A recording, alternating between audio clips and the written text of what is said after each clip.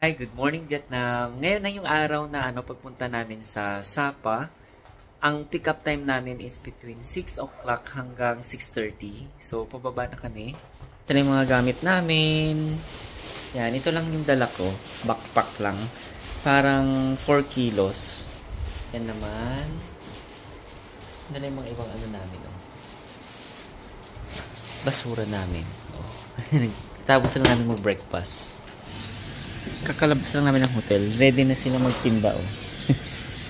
Katapos silang umulan pala dito. May nagtitinda rin ng karne. Oh. Cloudy day ngayon. Rainy day pala. Yan yung sundo namin. Yan, HK bus line. Sinundo kami dito sa may address namin. Malapit sa hotel. Yan lang yung hotel namin banda. Tapos sinabi na lalabas kami. Ito na. Papunta sa sleeper bus. Sapa. Yan, ito na yung namin. Sasakyan namin papunta doon sleeper bus. Kami sa may bus namin, papuntang sleeper. Pagdating namin dito, mayroong nag-assist. Tapos i-call yung pangalan. Tapos sinuro na kami dito. Ito na yung sasakyan namin papuntang Sapa.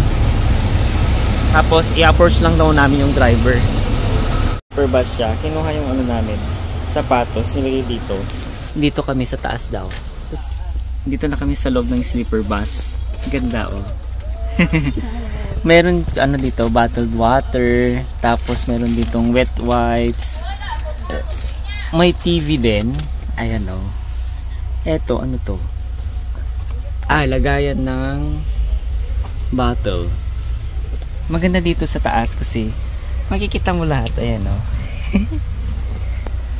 May kumot din. Meron din siyang remote. Ayan, oh. Tapos meron siyang headset. Oh. Then, para sa privacy, pwede kang maglagay nitong cortina. Ayan, oh.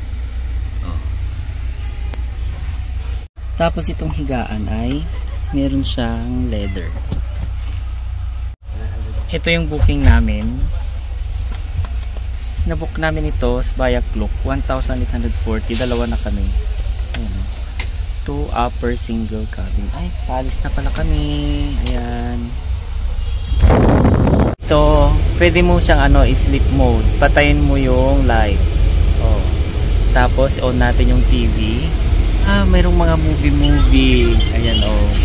Ang ganda nitong higaan namin, guys. Massage bed. Ayan, oh. Galing. Hindi pala ito siya dyan. Para sa higaan ko. Meron din siyang blinds. Oh, pag matutulog ka, oh.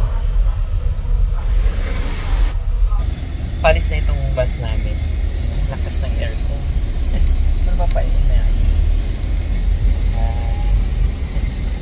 Pahinga muna kami. Umalis kami dito ng alas 7.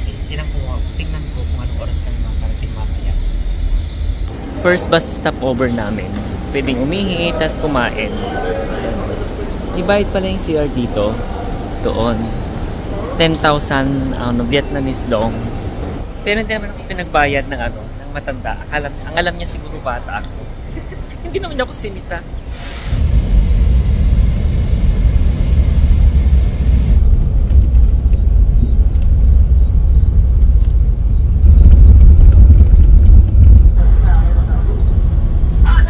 Dito na kami sa Sapa at nandito na rin yung yung sasakyan namin papunta sa aming hotel.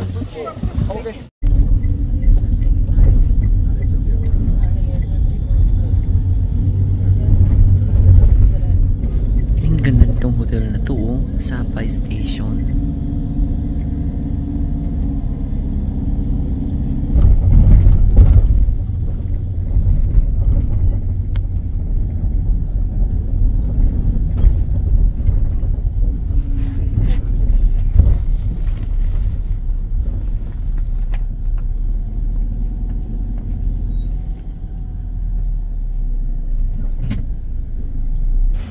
Dito na kami sa aming tutuluyan. Ladu Homestay. Ladu, thank you. Ganda, oh. Ito yung tutuloy namin dito sa Sapa. Ang ganda oh. Ladu Homestay. Pupunta na kami sa aming room. Dito daw kami naka-assign sa kabilang ano nila, building. Ito Ladu.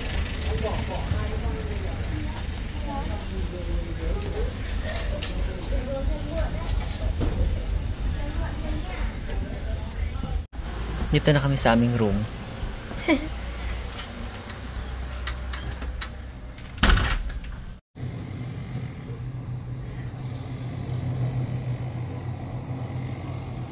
At yan lang yung aking video. I hope na nag-enjoy kayo sa video na ito. Sa mga bago pa lang sa aking channel, please don't forget to click the subscribe button at pakihit na rin yung notification bell below para lagi kayong updated sa aking nila updated videos. I hope you enjoy this day.